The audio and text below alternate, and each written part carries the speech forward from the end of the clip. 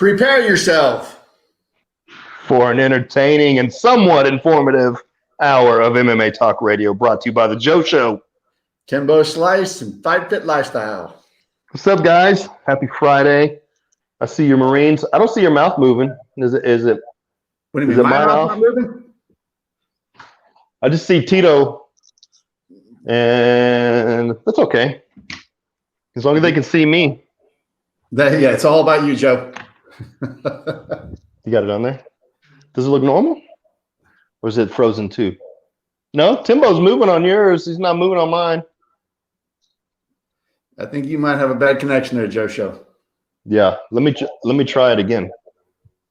No, I'll be good. This is good. It's all right if I'm frozen? Yeah, as long as everybody else can see you moving. That's what's important, huh?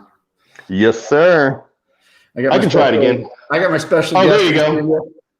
There you go. It caught up.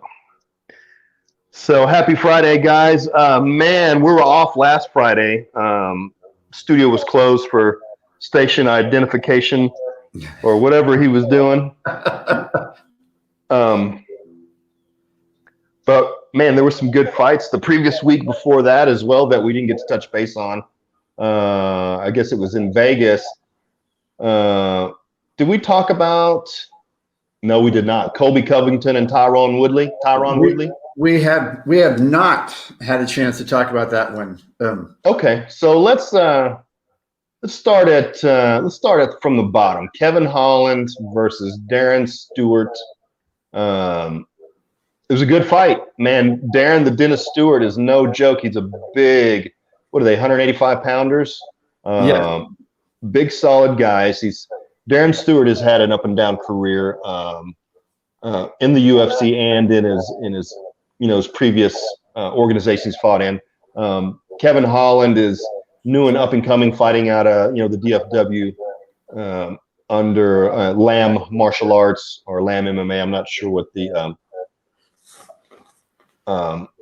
name of the gym is, but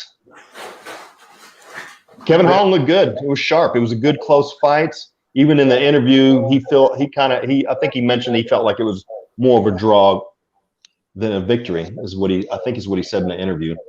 It was one of his tougher matches as of late, but he still came out with he got a split decision on that one, so it wasn't as dominant as he's used to, I guess. Yeah, because Darren Stewart, I mean, it could have went either way. Of course, we're pulling for Kevin Holland. He's a local dude. We've hung out with him at local fights and stuff like that, done little interviews with him. So we're pulling for Kevin. But, Darren Stewart, he's a bad dude. He's had notable victories over, some other Dallas dudes fighting out of, Fortis MMA. He beat Charles Byrd, a couple of years back. And he's beat a few guys in the UFC. So he's a really talented guy. Definitely, I think, gave Kevin Holland a good fight. But it was a really good matchup. I mean, when you always think that, okay, how they're going to fare when they start putting these fighters together, and that one came out. Was a great fight, great matchup. So good to see Holland come out with a victory there, even though it was a challenge for him, but it was good outcome. And Kevin's coming off. I mean, he just fought a few weeks ago. Yeah, he's been on a roll. It seems like. Yeah, I'm gonna see if he'd let me borrow some money. Like, just like $500 or something, Kevin. If you're out there listening, man, you can borrow like $500. I know you got it, homie. I know you got it. And $500. And didn't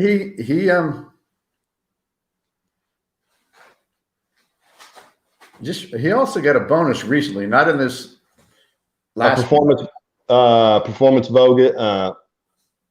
bonus.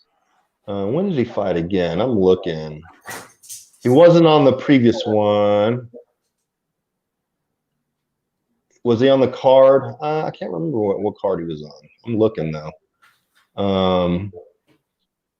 With Alistair Overeem, when Ovince St. Preux. I don't know. I can't see it, but moving back to that particular card, Mackenzie Dern, man, she made easy work of Randa Marcos, which was surprising to me. Randa Marcos is kind of becoming a veteran. She's been around the UFC for a while now. She started out in the Ultimate Fighter But Mackenzie Dern made easy work, got her in a nasty arm bar and was just cranking on her arm, and eventually Randa Marcos had to tap. Yeah, that was starting to look pretty painful. I mean, I would have been tapping a lot sooner. I mean, you start seeing your arm twist like that, and it's like, all right, I want to be able to use that arm tomorrow. That's just me. Yeah, I was cringing, man. I didn't even watch it. Yeah, this is one. But before that, on the prelims, we had Damon Jackson come in on a short notice fight. Came out. Damon Jackson came in on a, he got a slow start in round one of that fight, and my ESPN Plus was going in and out that night. I don't know if you had ESPN Plus problems, but it seems like every time I log into ESPN Plus and try to watch a fight, man, it freezes up and locks up. And then when the fight comes back on, you're in round 3. So the fight, my ESPN Plus froze up like in round 1. By the time I got it back on, it was the end of round 3, and Damon Jackson was whooping this guy's ass. And I'm like, what did I miss in between? And then he ultimately got the submission, which super exciting, man. Yes, very good to see him get back into the UFC. I know he didn't have a fairly short notice fight on that, so good to see him come in there and come out with that submission victory, because it was going back and forth. He looked like he was getting rolled around quite a bit in the first round, but he adjusted and came out on top of that. It was awesome, and he got an extra $50K for that one too. Hey man, Damon, can I borrow $49,500? I'm hitting up everybody. I got a dollar for you, Joe. That he fought Mirsad Bektic. Mirsad Bektic ain't no joke. He's a big, strong, badass dude, and Damon Jackson, handled him pretty well and got the submission. A little bit of smack talk at the end, it looked like, but which I wonder what that was about, because that's not like Damon. Right. He's usually very calm, very cool-headed, not emotional with it. He just gets in there and takes care of business. But whether he was just that fired up, or there was something that was said during the fight, I don't know.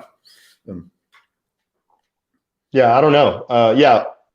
We've been around Damon quite a bit, and he's the quiet guy in the room. He's not hooting and hollering. I mean, he's, even after his victories in the LFA, and I mean, he'll do a little celebration, but I've never seen him, bark out at a dude like that. So maybe there was a little beef, or the big bright lights and the excitement. He just had to let that dude know, like, I kicked your ass. I don't know, but good victory, sir. Good job, man. We look forward to more.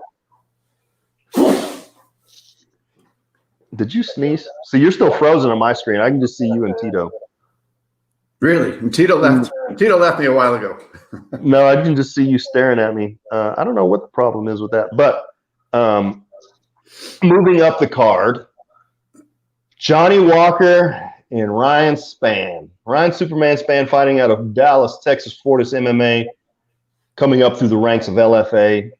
Has had a pretty good run. He was on the Contender Series. I believe he fought twice in the Contender Series, lost the first one, came back, gave him a second chance. He wins, gets in the UFC, and he's whipped a few guys. So up and coming, Johnny Walker. Johnny Walker's a big, bad dude, and we all know how big and bad Ryan Spann is. He's a big man. We've had him in the studios. Big man, big in person, big, tall, muscular dude in person. And Johnny Walker was bigger than him. in the face-off, I was like, damn, Johnny Walker must be huge. So the fight's going back and forth. They're dropping each other back and forth. And, man, Ryan Spann was just on the verge of finishing Johnny Walker. And, man, had him beat, end up in some type of scramble. I can't remember the details exactly. Ryan Spann has Johnny Walker pushed up in the cage, looked like he's going for, maybe a double leg takedown or some type of, low grab takedown. And Johnny Walker just starts throwing the elbows.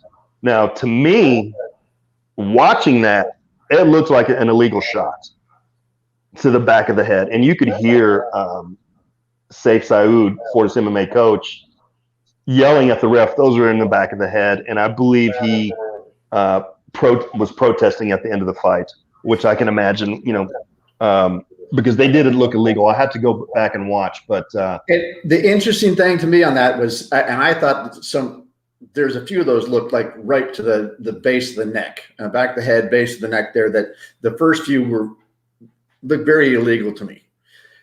yes. They never replayed that. They never showed that. They only showed the last like 2 shots that Which were were legal clean. shots, but he's already taken a couple of illegal shots to the back of the head. Back of the spinal cord, the neck, wherever that may be. When you have that down angle, and you're a big, I don't know what Johnny Walker showed up to that fight. I mean, he must have been 225, 230 by the time I'm sure he was up in 220 by the time he showed up the fight. And he's got that down chopping angle, and they're landing on the back of your neck. Man, those are illegal shots. And after the first one, he got away with it. And pretty much after the first one, Ryan looked like he was done. Looked like it had knocked him out or a flash knockout, and then he kept going. Man, yeah, I mean, you got to protect yourself at all times, but stuff like that, the refs got to catch. That should have been stopped after the first one and not let them land 5 more. You know what I mean? Especially since the first 2 were illegal. They looked illegal to me. That's all I'm saying. I'd like to see that fight again. And if I see it again, Ryan Spann knocks him out. That's what I think. I would bet that too. I mean, he was looking like they were scrapping back and forth, but I think Ryan was getting the best of him. Oh man, Ryan was kicking his ass. He dropped him a couple of times. And then Johnny Walker wins with the illegal elbows to the back of the neck. So, man, keep your head up, Ryan Spann. I mean, you know what it is, man. You had that dude. It was a legal shot. In my mind, and what I saw, they looked illegal. I have to go back and watch. But from what I remember, and it was, a couple of weeks ago, the first thing I yelled at the TV, I was like, those are fucking illegal, and those are dangerous shots too. So, and I think everyone was thinking that too. I mean, yeah. They might have mentioned it a little bit, but they did not replay it. They did not show anything about it, which I was really shocked that they kind of let that go. Even with Coach over there yelling that they're illegal shots. Yeah, you could hear Coach Saif yelling because there's no audience, and we've seen Coach Saif at LFA or wherever we're at jump on some ref ass or some judge ass before. So Coach Saif takes that stuff very seriously, and he's always in there to protect his fighters. So big fan of Coach Saif. So moving on, Khamzat Chimaev, that guy's been on a terror. Comes in, he's knocking people out in round 1, no problem. So what do you think about that fight? He is. You're right. He has been on a tear. So he's 9-0, and he has just been killing, smashing people. And they keep pushing him out there and setting up more and more fights for him, because his fights he's not taking any damage. He's finishing them all in the first round. So it's good to see him do that, but they've got a new rising star there, it looks like. Yeah, because he fought a seasoned fighter in Gerald Meerschaert. Meerschaert's a badass dude. He's whooped a lot of guys. Yes. I'm sorry. It was Khamzat. I'm sorry for butchering your name, my brother. We're just not used to pronouncing those names. The first 2 fights, I was like, oh man, maybe it's just a little bit of hype, But damn, he comes out, throws 1 straight right, and sleeps Gerald Meerschaert in 30 seconds, under a minute. Like the very first straight right he throws, puts his ass to sleep. Me and Corey was over at the house with his wife, his girlfriend, fiance, whatever. And man, we were both with our jaws wide open after that shot. We were like, shit, maybe this guy is for real, And there's a lot of people are kind of wondering, is he for real? Is he, they haven't seen much of him, but they've seen a lot of him lately. Yeah, they're not really sure. Who has he been fighting? What type of fighters has he really been up against? But he's proven himself now. Yeah. They thought the same thing when Mike Tyson came out. They thought Mike Tyson was a fluke because he would go in there and knock guys out in under a minute. Well, then when he did it 50 fights in a row, they were like, well, yeah, I guess he is, the real deal. So looking forward, man. I mean, the guy's growing on me. The first victory, I was like, oh, man, that's just hype. He was a lucky shot. And then the second one, like, well, all right. And then is this the third one? Was this the third one? That he just goes in and just fight in the UFC. He's actually got a rumored bout coming up in possibly in December against Stephen Wonderboy Thompson. Now, that's a whole different world right there, Stephen Wonderboy Thompson. I'm a big fan of Wonderboy because I like that sport karate taekwondo background. We'll see what happens. I mean, if he hits Wonderboy like that, he's gonna knock Wonderboy out too. Yeah, but that's true. Wonderboy is going to come with spinning attacks, and he's going to be. I mean, if he gets past Wonderboy, then I am sold, because Wonderboy is a badass fighter. He's only lost 2 fights in the UFC. One was a draw to Tyron Woodley for the belt. The second, he lost the decision, and the third, he got knocked out by Anthony Pettis. And if you go back, there's a video out with Stephen Wonderboy Thompson, and he's in front of his computer watching the fight of him getting knocked out by Anthony Pettis. And he's like, oh, and he's so funny. Watch. He's like, oh, I can't watch. Oh, and yeah, it was pretty funny. So we'll see. Because Wonderboy's badass. I mean, he had a pro kickboxing career like 59-0 or whatever, 0 defeats and like 40-something knockouts. So I'm a Wonderboy fan. But let's see if this new Thundercat coming up can dethrone Wonderboy, but I don't think so. I'm gonna say it right now. I don't think so. Wonderboy is not going to be there to be hit.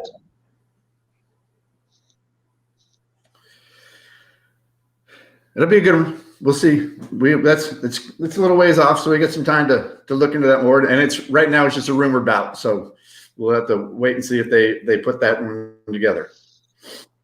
I definitely feel that. The next one up is Cerrone, Nico Price. Ends in a draw. Yes, because of eye poke. Let me talk about those eye pokes, man. They always, it was unintentional. Dude, when your hands are out and you're using fingers, I mean, that's not an unintentional eye poke. I don't believe the point deduction was justified because it looked deliberate as fuck. I mean, he needed a break. He poked Cowboy in the eye. Whether he says he didn't, man, that was a deliberate shot to the eyeball. Well, whether it's deliberate or not. I mean, go back to I just watched a whole bunch of hockey with the Stanley Cup. You have to be in control of your stick at all time. If you do something stupid with your stick, you're not meaning to, but you smack somebody else upside the head or trip them unintentionally with your stick, you get a penalty because you have to be in control of that at all times. You have to be in control of your fingers and have them up or have a closed fist. So I believe they should be taking more points away when people are getting poked because you're starting to see. I mean, you can lose your title like that. I mean, look what happened to Cormier. I was just going to say, to Cormier. Well, I mean, he had to have surgery on his eye. I mean, like lose your title, you can lose your eye too. So even worse. You end up like the one-eyed bandit, like Bisping. Yeah. So I don't know. They really need to implement more point deductions I believe, for grabbing the fence, for eye pokes, for all these things that are really, they're infractions, they're fouls, but they get an advantage whenever they do that.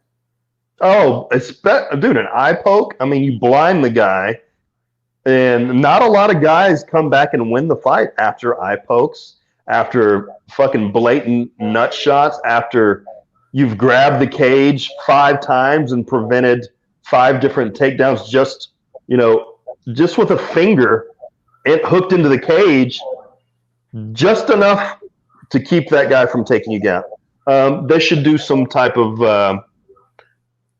like half-point deduction every time they get caught, or something to make it, because you'll hear these reps 5 times. Let go of the cage, hands out, fingers out of the cage, toes out of the cage. Toes out of the cage. Yeah, they're always saying it, but they're not following through with it at all. And if you're not hands over the top of the cage for the big guys. Yeah, sometimes I mean their arms are just hanging right over the top one because they're that tall. I don't even know what the height is on that cage. Is it 6? It's got to be at least 6 foot, because like the John Jones and all those guys are a few inches taller than those cages. Yeah. So bump up to the next fight. So good job, Cowboy Cerrone. It was good to see Cowboy get in there. He looked good, man. He had some sweet combos. You know, he's a journeyman in his fight career. He's had a lot of wars. So I love watching Cowboy Cerrone, man. He came in there and he got the job done. But you know, two of these last 2 fights on this card, Dana is now talking about both of those people that, well, one only lost, one was a draw, that they should start thinking about hanging it up. I mean, when White's mentioning that Cerrone should think about it, Woodley should start thinking about it. So he knows there's still good draws, but is he looking out for the fighter, or is he wanting to make room for somebody else coming up? What makes you think that he's telling these guys they should be done? I mean, well, I think Dana and Cowboy have had a long enough relationship. You know, Dana probably does care about Cowboy Cerrone and his health. But hey, man, Cowboy's still out there doing it. Nico Price is a badass dude, and he's a young up and comer. He did not walk through Cowboy Cerrone, and I thought it was more. I don't think it was a one-sided fight at all. Just because of that point deduction. I didn't think Nico Price had won the fight even before the point deduction. So I think only Cowboy knows when it's time. And I see, watch videos, that last fight, he's always talking about the mental battle that he goes through, getting into the cage and in the back in the warm up, and he can't get warmed up, and he throws up before every fight. And, I'm going to tell you this, sir, Mr. Cowboy Cerrone, that's natural. That's nerves are natural. The unnatural thing is actually going out there and fighting and then telling your mind, hey, let's go take this fucking beating again, because all the fights, win or lose, you're getting your ass beat and hurting it and damaged, and your body's just reacting because it knows what's about to come. That's a natural reaction, right? So it's not unnatural to have fear going into a fight or sparring or whatever. That's a natural reaction. The unnatural reaction is training your body and mind to fucking go out there and do it anyways. You know what I mean? So only Cowboy knows when it's time to hang it up. And Cowboy on any given day can still whoop any of these motherfuckers. That's what I feel like. And maybe Dana's saying that because, out of the last 5 fights, he doesn't have a victory. So he's starting to look at it going, is he is entertaining. He's a fan favorite. Everyone loves to see him out there. But at what cost, what expense to him and his own health, as he's now he's down. He's lost 4. The last one was a draw. So it could be. It could be that time. He's been in there. He's been in plenty of wars and been there a long time. So it could be getting close to that time, I believe. Opposite with Woodley. Woodley lost that fight, but he's fighting for the title, wasn't it? No, that wasn't a title fight. No, that was the contender. It's to see who goes against Kamaru Usman. Man. Tyron Woodley came out. He looked good for about 1 minute. He looked good for about the first minute. He looked like a new evolved. He was popping and snapping. After that, Colby Covington was whooping his ass the whole fight. And he was picking them apart. I thought he was picking. I mean, and they say that the way they presented it, he broke a rib. He didn't break a rib. Colby broke his rib. Colby broke his fucking rib with those body kicks, or just manhandling his ass. It was the body kicks that started it. That really, because Woodley said he felt it pop earlier in the fight and knew that there was something going on with his rib. But it was in that fifth round where it popped again, and it was, you could tell it was excruciating pain for him. I don't think Tyron Woodley should retire just because he lost to Colby Covington.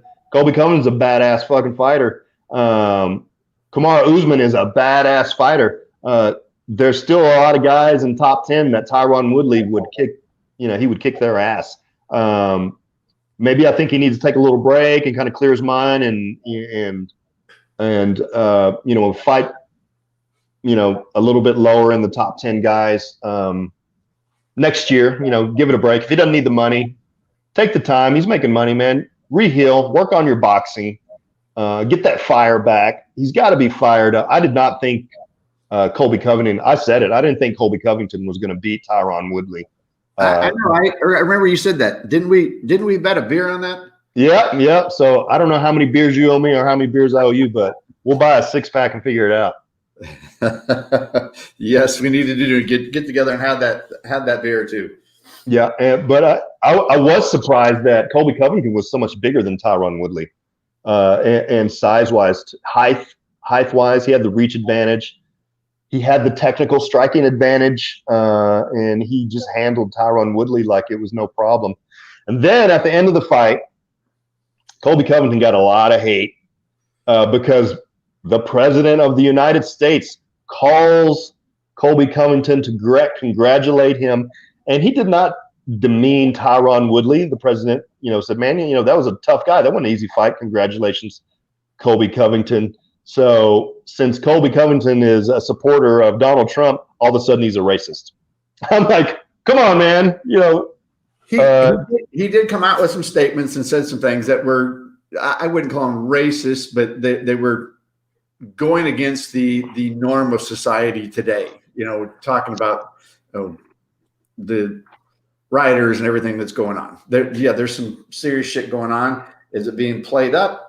And he's looking at going, okay, the Antifa and the Black Lives Matter, that's what he was calling out. So now he's now labeled a racist for doing that. Well, Antifa is a terrorist organization. They're burning cities down. For me, Black Lives Matter Black Lives Matter matters. It does matter to me. Black Lives matter to me.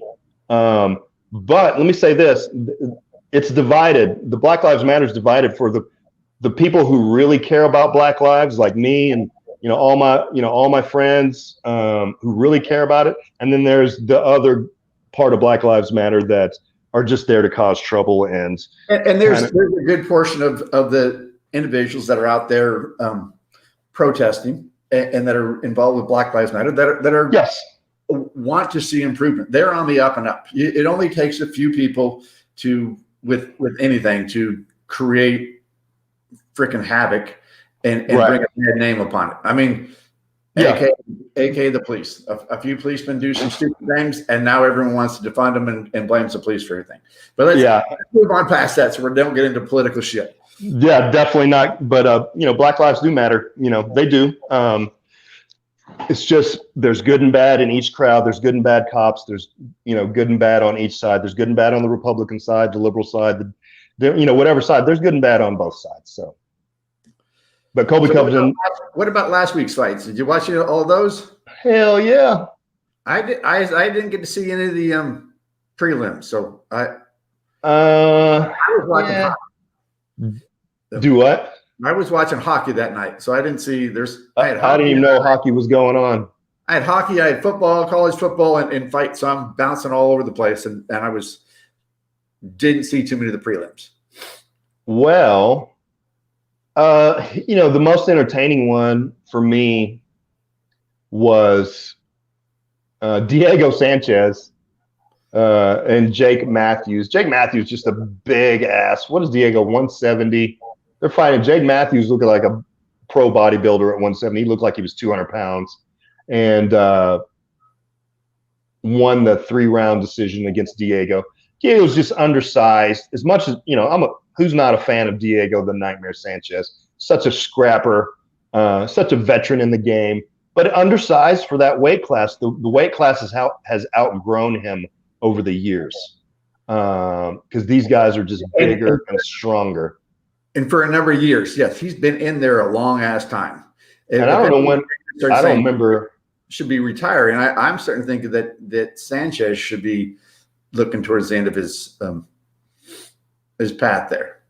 I think he just should drop weight. He needs to go down to 155 and just be on a diet and just stay in shape. He did not even look lean at 170. He looked soft at 170. Jake Matthews came out. He was probably 200 pounds when he walked into the cage that night. Diego still looked a little chubby. And I'm a fan of Diego, but you're too small for that weight class, dude. Those guys are huge, and they're only getting bigger. These kids, kids today are just these. I call them kids. These fighters are in their 20s, whatever. These guys are big motherfuckers. So you call them kids, and there was all that stuff with Dana White and Conor McGregor.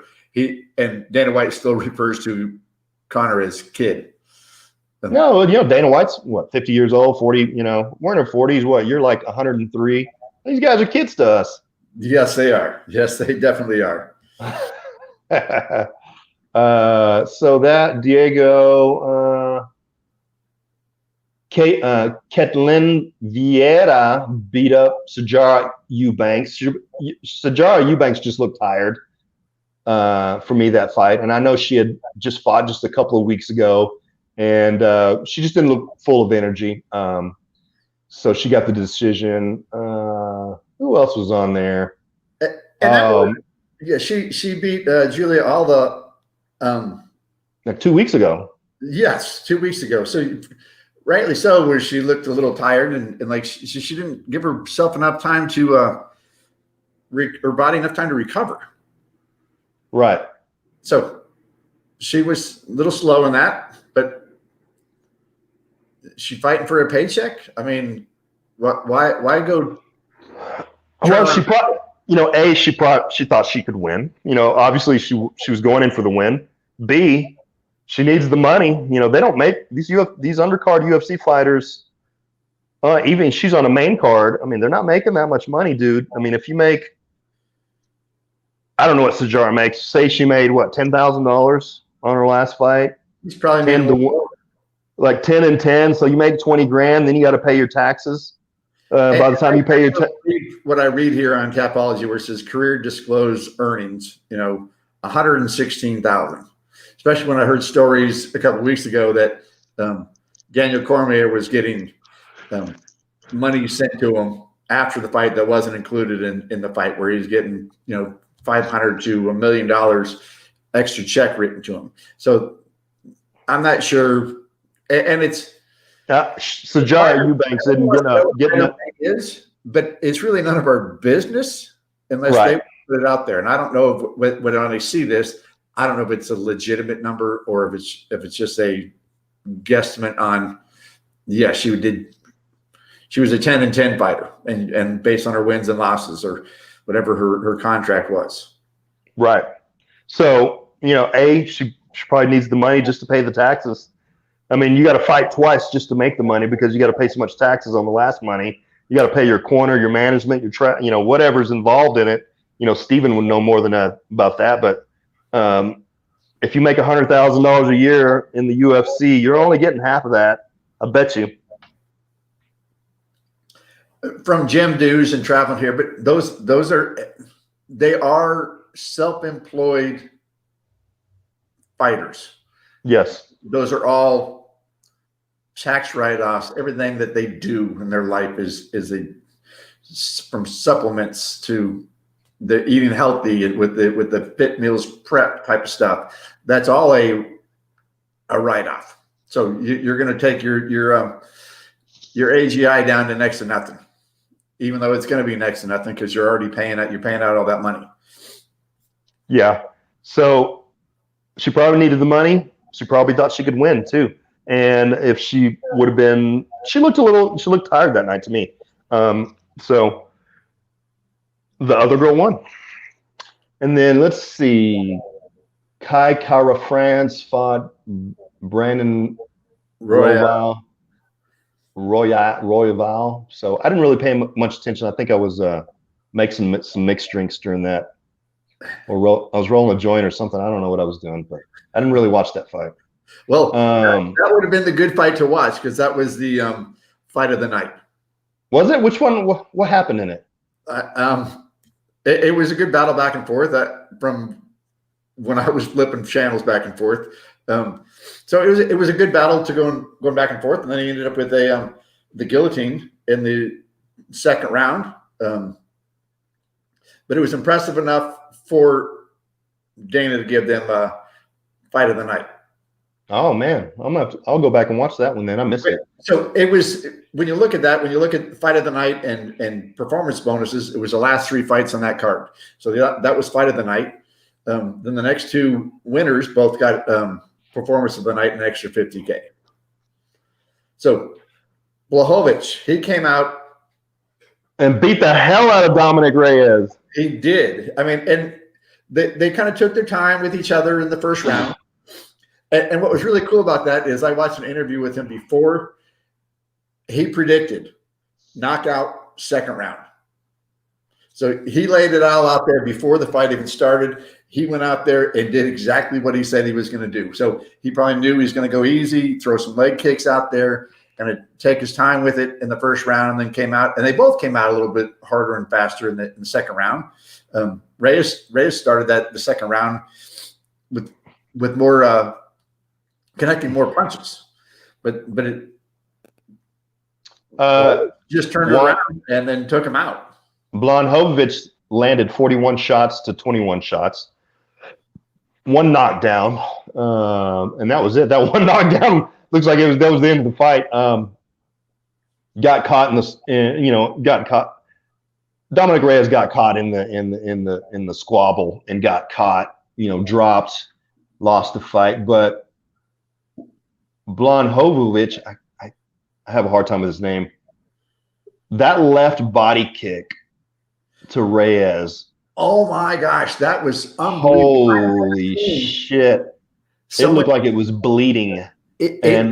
You're right. It took he connected with that left body kick so many times. It looked like he must have had razor blades on the top of his foot because he was just ripping into his skin. It was all bloodied up and I mean bruised up. It was one big red target for him. Dude, that was brutal. And they hurt like a motherfucker because those shots, first of all, I didn't know a lot about Jan Blachowicz. I've seen his highlights and he's knocked out a lot of people, but he came in the better striker, the bigger, stronger. I mean, he looked like every time Dominic Reyes even threw a punch or a kick at him, it looked like it hurt Dominic Reyes more than it hurt Blachowicz, just because the guy looked like a fucking brick house. And too bad it was not, the thing about this quarantine, man, is too bad that there wasn't 30,000 people there, to cheer to the explosion of cheers or boo or whatever happens. I do miss that for the championship, especially on a fight like this, that it's for the belt. The announcer said that it was so quiet in there when they started that fight that it was just it was just crickets. Unbelievable. I mean, pen drop, crickets, all those things you could put with it, that nobody was saying a word. Everyone was just eager to sit there and watch that fight. So it's interesting in that regard, but it takes away, I think, from the fighters' victory celebration when they're out there. They're cheering. Looking around going, all right, there's nobody here to cheer with me. Yeah, because after he won the fight, he was like, yes, and it was crickets, and it really, I don't think it sinks in, without the audience just going bananas over the championship belt like it did, and what a bummer, hopefully this quarantine. Like some of these other sports, like the NFL, they're piping in crowd noise. They're piping in cheers. They're piping in boos. I mean, Well, it depends on where you're at. The Cowboys have fans in the stands. There's 20,000 people there. yes, but some of the other stadiums, they're piping in. But the players don't hear that. We only hear that on our televisions. So, but what I'm saying, were they to pipe in after he won a roar of a crowd? Would it make a difference, or is it's just a waste of time? It would be a waste of time. It would make it even more fake because you hear this roar of fans and there's nobody out there besides your family members in your corner. But good victory, man. Yes, man. He's got John Jones now talking about dropping back down and wanting to come back and get his. But I think it's amazing after every weekend of fights, you get somebody else that wants to chime in and wants their name to be more prevalent than the guy that just fought and trying to get out there. And it's like Jones is going, oh, I can come back and take you. I can do this. I can do that. I'm like, well, you vacated it. You left. Why did you leave? Probably boredom. Well, he wants to maybe move up a weight class, but no, it's a bad idea. Unless he gets extremely more muscular. I mean, look at Francis Ngannou. Look at John Jones is not going to beat Derek the Black Beast Lewis. You know what I mean? I don't care how technically and flashy he gets. He's because he can't. For one, he's not going to knock out Derek Lewis. He's not going to knock out Francis Ngannou unless he seriously works on his power and size. And like if he comes in 20 pounds more muscle, yeah, and that's doesn't he? That's what he said he was going to do. We'll see. But I mean, he knows how to do that with some supplements. Have it with some supplements, doctors. Yeah. Well, I don't know. I don't know what John Jones is going to do. I like John Jones as a fan. I like watching this fight. He's badass. He had some tough fights when he fought Dominic Reyes this last time, man. It was, everybody thinks Dominic Reyes won that fight. But after watching this last week, Blachowicz, walked through Dominic Reyes it was uncontested. He just went and beat his ass. Is he going to be able? If this fight happens? Would he be able to do that to John Jones? I don't know. Yep, it'd be interesting. So, what about the main event? I was looking forward to that one. That one I did. Hockey was over. I could sit to the last two ones. I was just sitting in the backyard watching those, and they were some entertaining fights. I thought Asanya came out and just his movement with his head, his kicks. I mean, he was tearing up his left leg, and he was doing the Costa had been doing some cupping on it. Was that because he was having some issues with it? But right there, when you see that, it's like, okay, that's a target. There's already something there, whether that was just preventive or whatever, but he did it for a reason. So he was targeting that leg and ripping it apart. Yeah, man, when you show up to the fight and you got cupping marks all over you, for one, I don't know that cupping really works. You know what I mean? It is. So I couldn't say yes or no. Yeah, I don't know about that, man. If it works to them, maybe it's a mental thing, but does it really work? There's a lot of shit out there that I'm just not a believer in, and just putting a jar against your leg and heating it up and making it suck all the fascia away from I don't know if it really works. And B, it puts a target on you.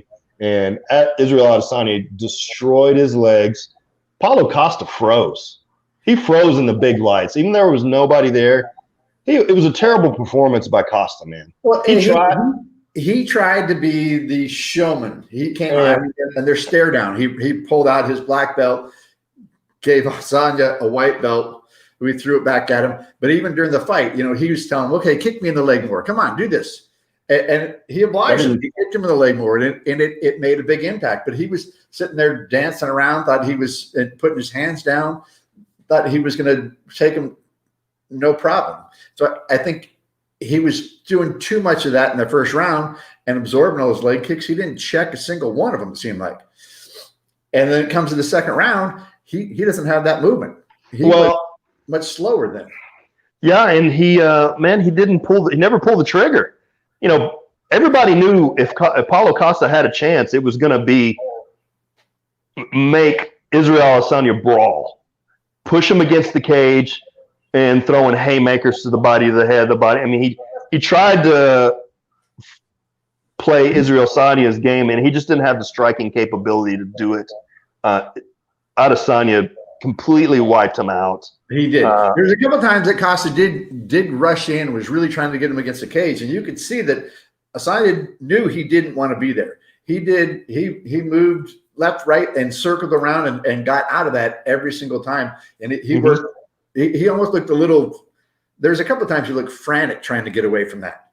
Like this is not where I want to be. So he was in that little bit of flight mode because he wanted to circle around.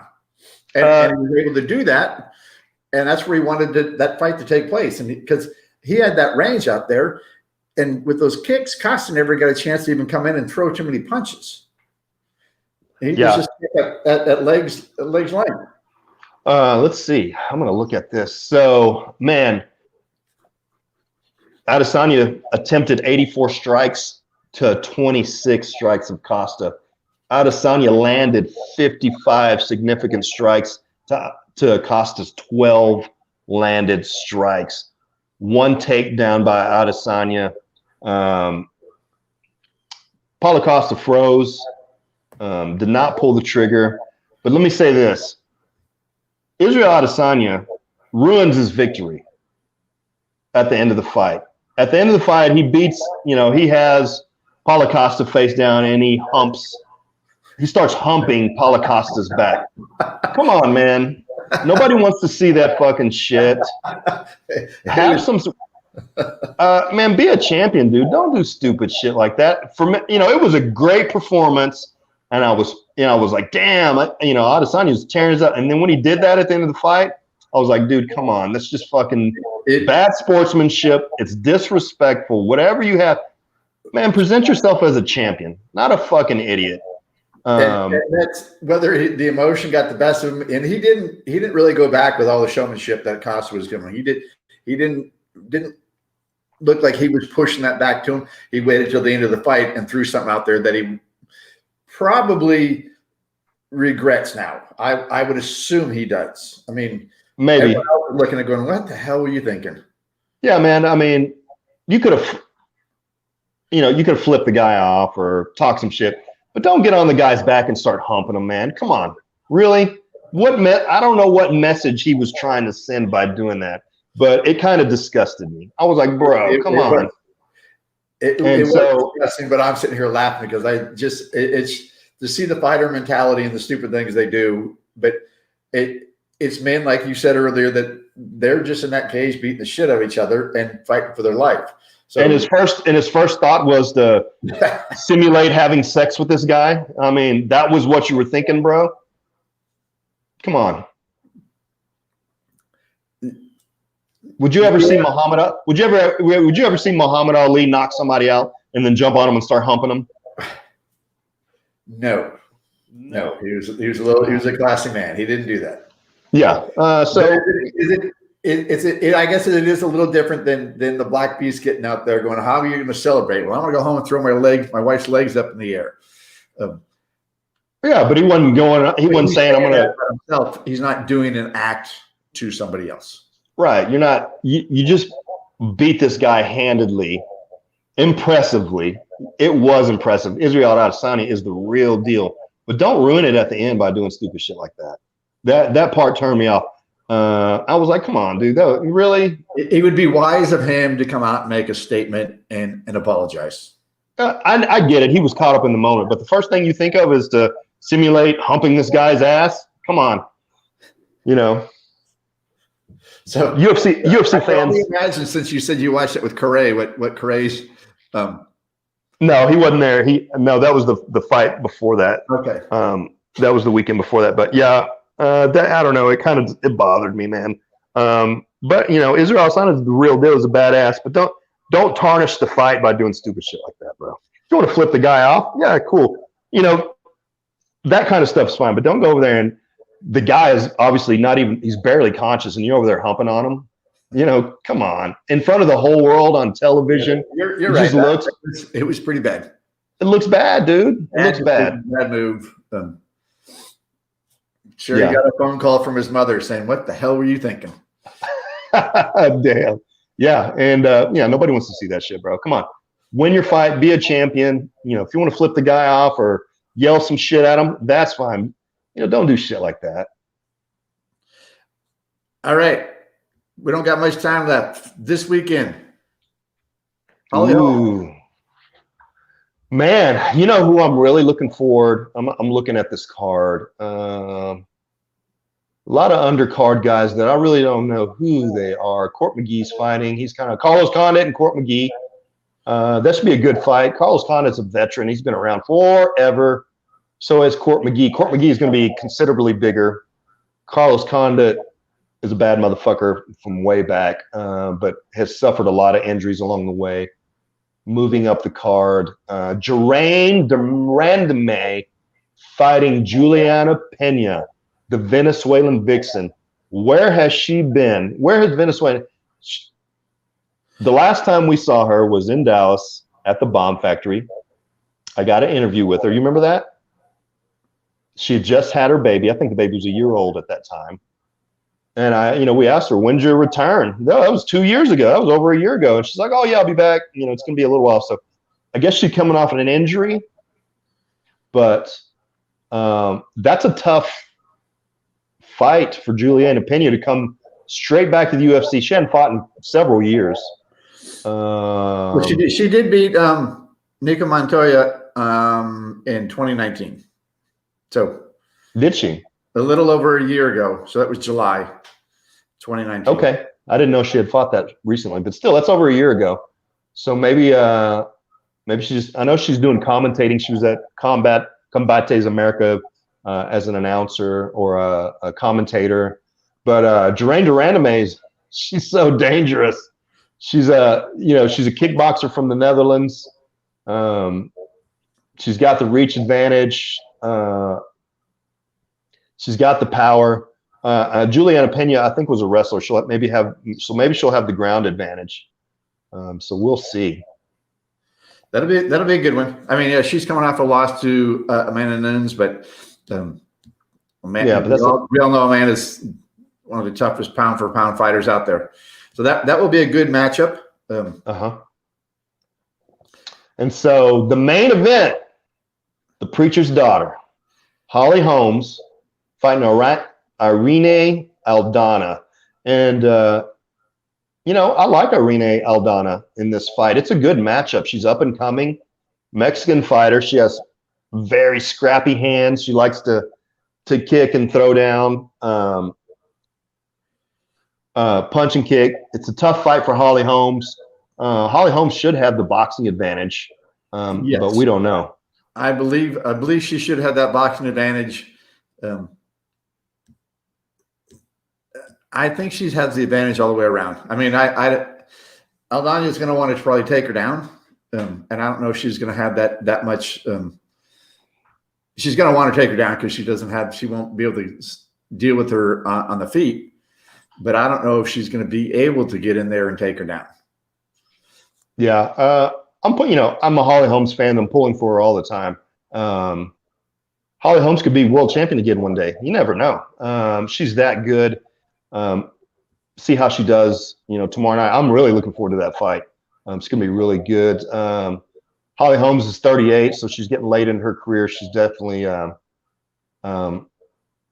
older, but Aldana's 32. Aldana's got the reach advantage. They're the same weight. No, Holly Holmes got the reach advantage. Holly Holmes is southpaw. So Holly Holmes should have the boxing advantage for sure. I mean, she's like a 19-time world boxing champion, former UFC champion. But Irene, I don't know if they say Irene. I call her Irene Aldana. I'm a fan of hers too. So let's see how this fight goes tomorrow night. What's your prediction, Joe? Holly Holmes for the points. I was going to say in the third. No, you're right. It'll probably Tell her I'm on the radio show, bro. She knows. Tell her quit calling me. I got my office. I'm here in the office. They know I do the show from 12 to 1. Calling me. Call me. I'm on my lunch break. Yeah, they know. Quit bugging me. I started to say I think Holly Holmes is going to take it in the third or maybe the fourth, but she's not always that exciting and dynamic. I mean, yeah, she has had some. Tell her I'm on the radio. She knows. Al knows. They all know. I still think Holmes is going to take it in the third or fourth. You think she's going to finish Aldana? Yep. Because it's a 5-round fight. Yes, it is. All right. Well, we're both pulling for Holly Holmes. So I think Holly Holmes wins this one. I don't know if she'll finish Aldana, but I think she's going to win by points. So that's that. All right. There we go. There we go. What Timbo Slice? That's all I got, man. All right. There's a lot of other shit going on. With Dana White, Conor McGregor. And Dana White was all pissed off that Conor McGregor threw out, made public their text messages back and forth.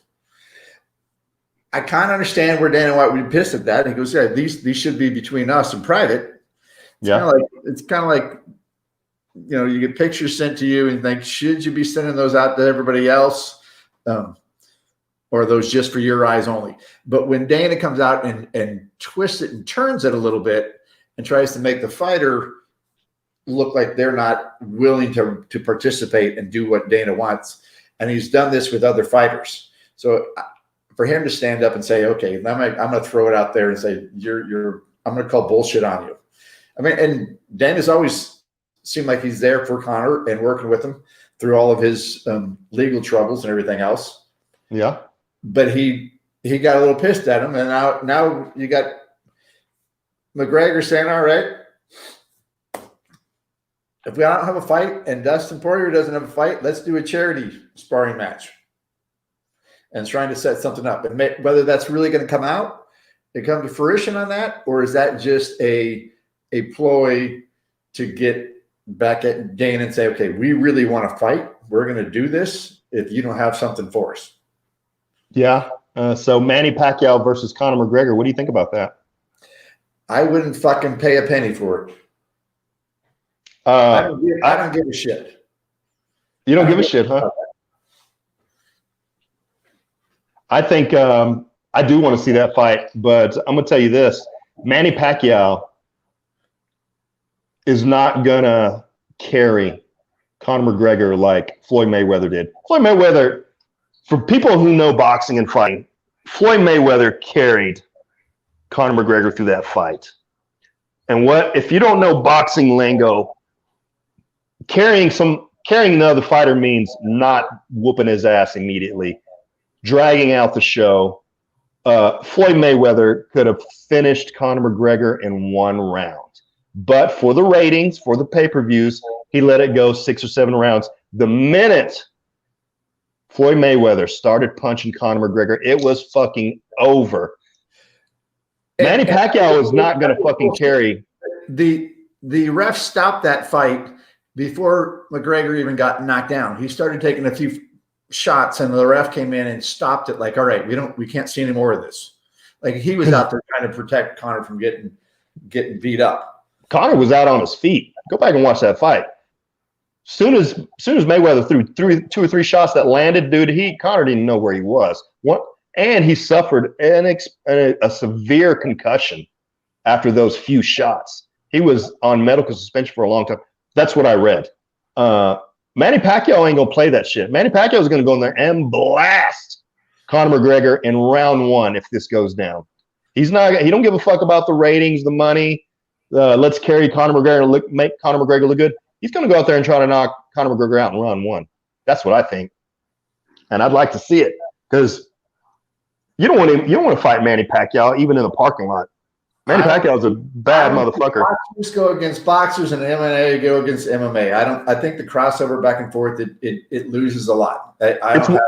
It's one-sided because Pacquiao is not coming to the cage to fight McGregor. McGregor would wipe out Floyd Mayweather, Manny Pacquiao in a minute or less in a cage. It'd be leg kick, takedown, guillotine, and it'd be over. So an MMA fight, a mid-level MMA fighter, even in LFA, XKO, top-level guys, will beat a professional boxer in a street fight. That's just the fucking truth, because these guys are versed in kicks, takedowns, submissions, choke. They got guillotine chokes, Kimura chokes. They got leg kicks, head kicks, and a boxer's not going to handle one leg kick. So that's what I think. I mean, even as I say that, I want to see boxers and MMA and go back to beginning of UFC. You had different styles of martial arts coming together to fight. So that was an interesting aspect there, but they have evolved into becoming mixed martial artists. And that's what I prefer to see, rather than taking those weapons away from someone that's what they train with. That's what they train for. And now you're going to take all those away. So yeah, putting them in there, and it's not that exciting to me. I bet Pacquiao is a good kickboxer, actually. I mean, he's in the Philippines. They got Muay Thai there. I bet Pacquiao, I wouldn't be surprised if Pacquiao knows jiu-jitsu, Muay Thai, Kung Fu, karate, just because he's such a warrior. But on that note, we are done. We have exceeded our time limit. They charge us by the minute here, so we will see you next week. All right, man. Thanks, everyone, for tuning in, and look forward to next week. Have a blessed weekend. Fight Fit Lifestyle out.